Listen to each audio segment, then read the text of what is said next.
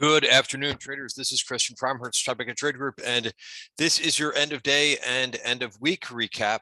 And yeah, what a week it was. Happy Friday, everybody.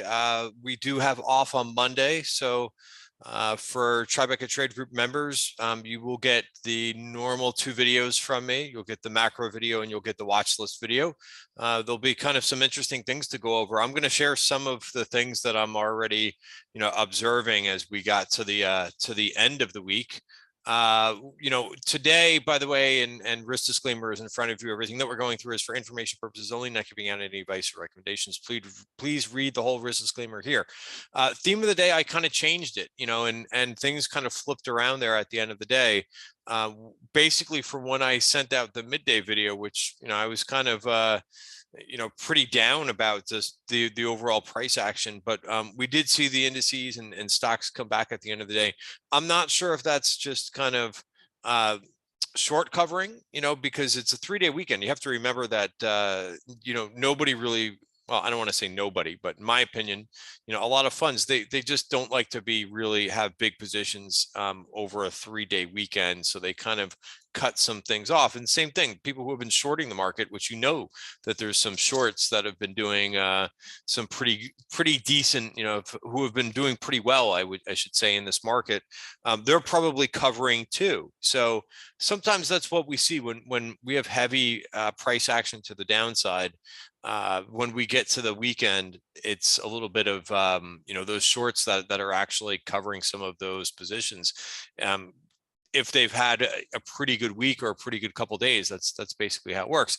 Could be also a little bit of buying the dip, but it's kind of too early to tell. So I'm going to go through some charts here, and you can kind of maybe come up with your own opinion on what we're observing or seeing right now in this market. Let me start off with I'm going to start with bonds, and then we'll go through the indices. But I thought was kind of interesting, something that I've been hinting at this week was that kind of like we saw in growth a bit this in the beginning of this week, we saw bonds which got pretty oversold down here. Remember, I was talking about the RSI a few days back and how these things got pretty oversold. Right? I think the RSI got down to about a 24, 25, right? So usually that means that you're going to see some type of a little bit of a bounce. Well, we did see a bounce, but look at the move today, down about 1%. So it looks like we might be continuing in that direction of the trend, which is now down in bonds. So the translation, or what does that mean? It means that higher interest rates are probably going to continue to be a headwind for some stocks. And certainly we've already seen adjustments that have happened based on this, right? We've seen adjustments in terms of portfolio managers trimming their exposure in high multiple growth names, and that's kind of the result of that. Remember, everything doesn't have to make sense on a daily basis, right? But there are some themes like that are present, right? So that's that. Let me go through the I mentioned I would go through the indices. Again, another kind of similar hammer looking bar than what we saw earlier in the week, but we're still, we are below the 50-day moving average. That is kind of a psychological level for people, to see the price below the 50-day moving average. A lot of decisions are based on whether or not the majority of stocks are above or below the 50-day moving average. So it's a bit of a warning sign. I do like the price action coming back. Is it enough to really get comfortable with the overall market? I leave that decision up to you, right? And what this looks like. One other thing that I would mention too is when you look at these shorter term moving averages, which I do look at, like the 5 period and the 20 period, I don't like when the price action is below them and they're sloping down, right? I am kind of more of a I trade multiple time frames, but I do look at some of the shorter term swing trades. I've been doing, obviously some day trading in this environment. But to me, that paints a picture. NASDAQ did outperform. Again, you kind of have to make your own judgment here. I don't really want to tell you, but you could see that we're below value for the month. You could see on the top left of your corner, it is kind of giving you a hint. We're kind of trending down at this point in the intermediate term. We're still above the 200-day moving average, right? So if you zoom out, the labels will kind of cover this up for you, but just to see the overall picture, we are below value. So I do like the candle for the day, but we've got to see some follow through and maybe start to carve out a bottom here, right? Small caps, I actually put on a short trade, and we actually closed back inside value and finished positive for the day. I did that around like maybe around 1 o'clock today, right? This looked like we were going to see a breakdown.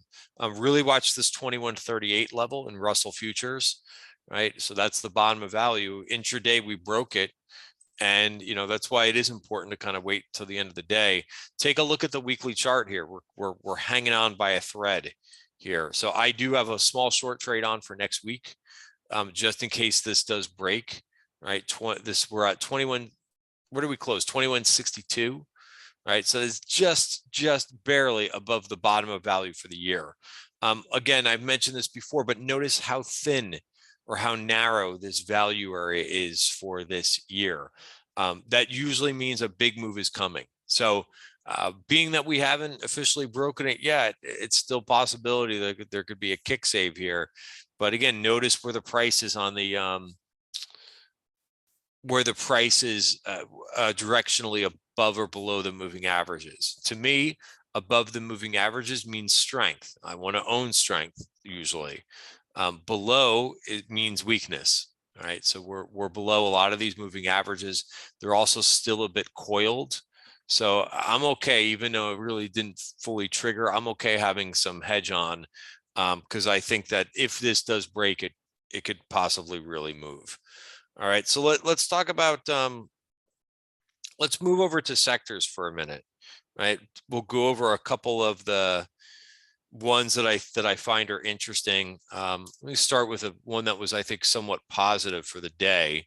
Again, weekly chart does not look good, right? This is XBI. This is equally weighted biotech, right? Notice that this was hanging on by a thread too, has moved down. I do view biotech. I don't talk about biotech that much just because it's been acting so poorly, but I do view it as a little bit of a leading indicator because it is kind of a higher risk area of the market, right? Higher beta area of the market. Nice that it finished up 2.4% today. Kind of a shocker today, right? Maybe this will start to rebound, but for now, I think you need to see confirmation, right? And that would be a move, back above at least one of the moving averages. You could see here too, just because this was up 2.4% today, and reclaimed, the close of yesterday and almost the open from Thursday, that's a positive thing, but just one day is not a trend. You need to see it begin to do something else. We certainly have seen little things like this before. This bar is a little bit stronger than this one, but you could see it doesn't lead to anything unless you really start to reclaim some of those short-term moving averages. All right. But again, interesting given the performance. I also wanted to show the performance for the week, right? Interesting. So I'll go back to some of the sectors in just a minute, but I wanted to make sure that you saw the performance. Just really tough, I think, this week, right? To kind of you look at you, and this was the second week of the year. This was last week's performance. Remember the Qs were down 4.5%. I mean, to see them climb back 0.1%, doesn't exactly give you a warm and fuzzy feeling, in my opinion, after, getting hit that hard. Not much of a bounce back. Small caps were down 2.9% last week. This week, they were down 0.8, right? So we are not out of, in my opinion, right? I'm kind of giving a little bit of the conclusion, but we are not out of the woods in terms of this price action, right? I'm going to go, like I said, I'm going to go over some of the more positive charts in a second, but I like to get the negative stuff out of the way, because there certainly are some negative things, right? If you look at a stock like PayPal, Did PayPal end up coming back at the end of the day? No. And look at it, right? It's actually, underperforming again, right? So there's still issues, right? When you look at a stock that's talked about as much as PayPal on FinTwit, right? Talking about, hey, the positioning in this thing, right? This is not done going down yet. And why speculate? Why speculate on where this is going to go down to? All you need to know is the trend, and the price and where the price action is, right? So the trend is lower. Notice it had plenty of time, right, to kind of turn the corner here, right? It had a couple false moves. I think I even tried to trade somewhere in here for like for a type of bounce trade, and as soon as it didn't go, I got out of it because this is not my style of trading.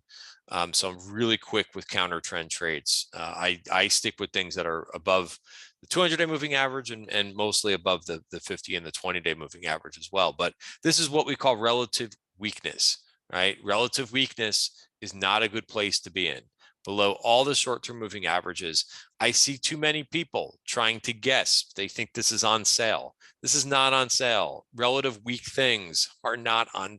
It's not on sale. Maybe you could see a move down to one.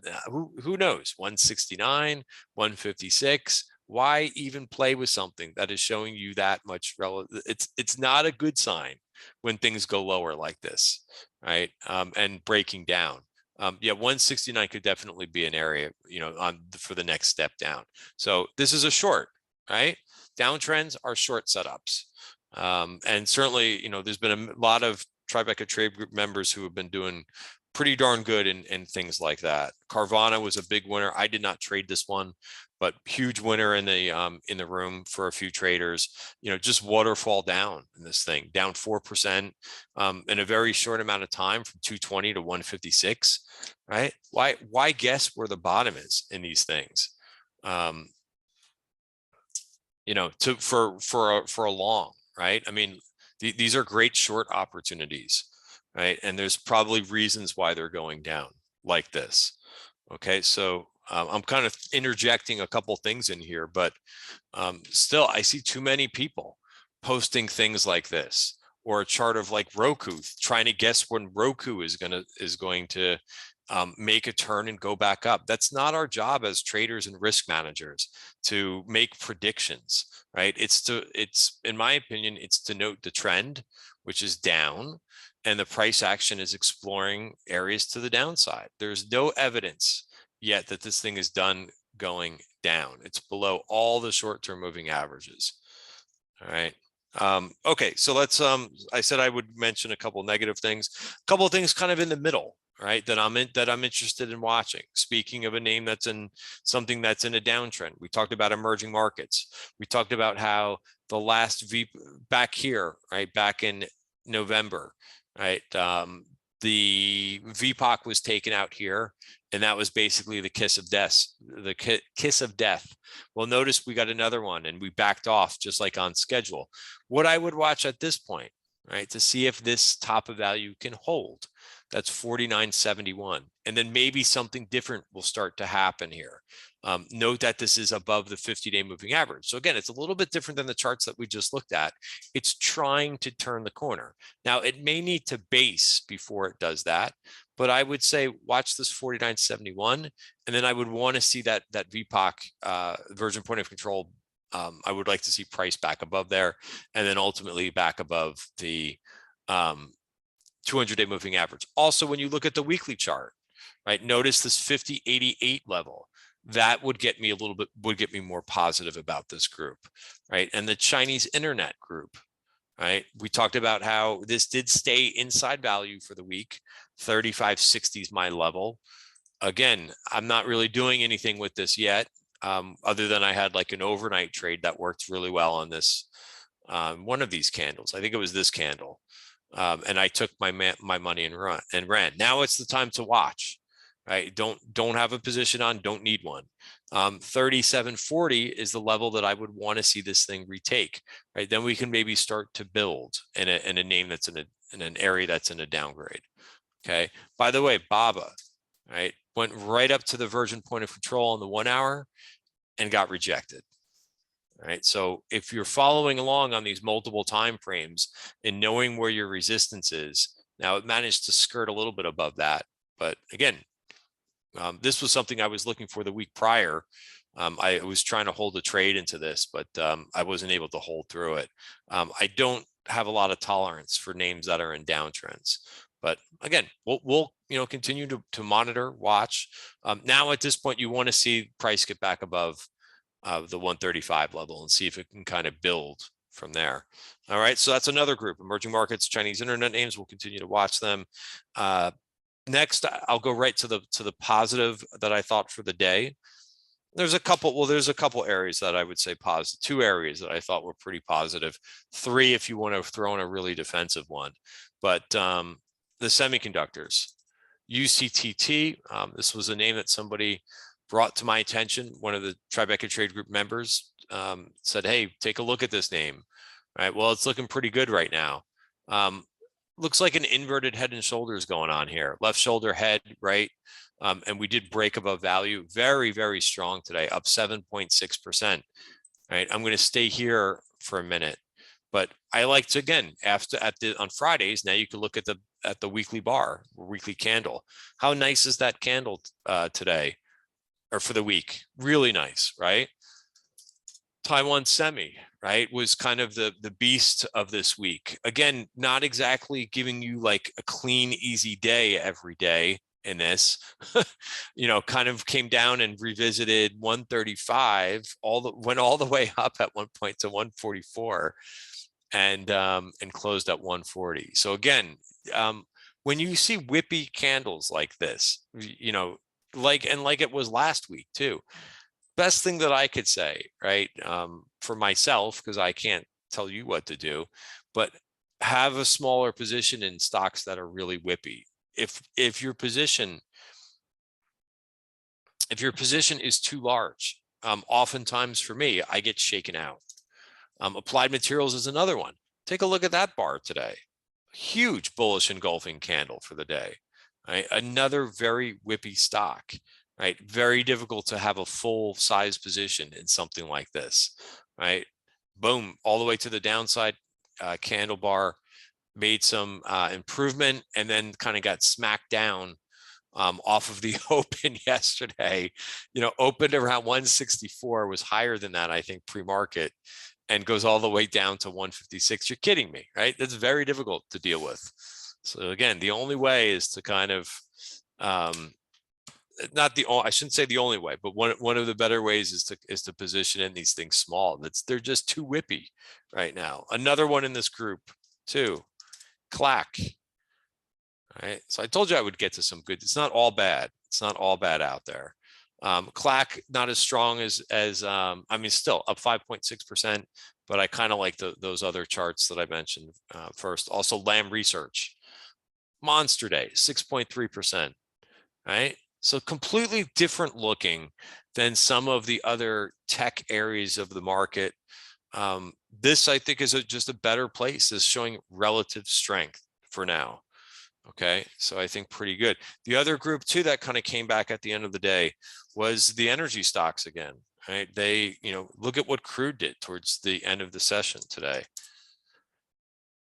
Right back to where we were back in October, the beginning of November. Remember what kind of brought crude down was, news about the new Omicron, right, variant. Right, it was kind of breaking down before that, but it's basically back to the scene, right, the scene of the crime, right. And if you look at some of these names, look at what Oxy did today, right, cute little 2 inside days and a move higher. Right? I'm still long some Oxy. I'm still long some RRC after kind of hanging in there after they had I think it was a convertible secondary or something of that nature, where they sold some stock. But I think, I'm ultimately looking for this 23.16 level. This was a new ad for me today. CPE was brought to my attention by Tribeca Trade Group member. Remember this stock? A couple of months ago, this was all the rage. Everybody was posting charts of this Calon Petroleum, right? It's been very dormant but maybe it's about to wake up here a little bit. Chart looks pretty good in my opinion. And there's so many other ones that really look good. CVX continues to do its thing, breaking out, just beautiful move here in Chevron. The other one that I like too in this space has been Conoco, which was also up again today, 3.7%. So, I mean, you talk about some star performers right now in this market. All right. And then the third area, which I mentioned, is a defensive area. This one kind of, to me, is a head scratcher, right? Because we know that right now the theme is like cheaper stocks, but look at Pepsi going out to the highs. Pepsi is not a cheap stock, right? The PE is a 28, right? So you would think, oh, okay, they're positioning in this. Maybe the PE is like a 16 or something like that. It's not a very cheap stock. Another one that was really strong a couple of weeks back is strong again. Hershey, just completely, moving, big move higher. Coca-Cola, right? So this consumer staples is much stronger right now than what's going on in consumer discretionary and what I see in this group. So that's why, I think I'm going to show you like one other thing that I thought was interesting today, and then I'll give you the conclusion of this video. I think I went over enough enough names, the material names. Sorry, let me talk about JP. I'm bouncing all over the place. It's Friday, sorry. But JP Morgan down 6%. Do you know the last time JP Morgan was down 6%? I don't, because if you look at JP Morgan and the earnings, so someone said to me earlier, they're like, why are you telling us this? Why is this important? Well, it's just, I think it's pretty interesting to see what kind of a market that we're in. JP Morgan, the earnings were not horrific. It's not like they said something really that bad. There's always something, by the way, in my opinion, in JP Morgan's report that the analyst or the street doesn't like, right? Their earnings report is always picked apart. But take a look at this. When's the last time it was down 5 or 6%? Right? It's a very small mover. It was up 6% all the way back here in 2012, but it hasn't even been close. Here was one other down 4.8%. JP Morgan just doesn't move that much on earnings. Down 6% today.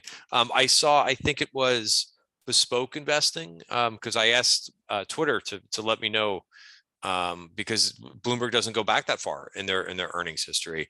I think it was 2002 or something like that. Or I don't know if they had the data. They said that they went back 20. It's been at least 20 years since JP Morgan has gone down this much on earnings day. So what is the so what of this? I think it just tells you what kind of environment we're in right now. A company doesn't even do that poorly on their earnings report, and they get smacked like this. A bank, which they usually don't move like this. So I think that bottom line is, while there's some really interesting parts of the market, the agriculture names are looking pretty good too. Look at this DBA. This is an ETF that has a basket of agriculture commodity futures. Right, this thing looks like it's trying to break higher as well. That could, Mosaic is doing very well right now.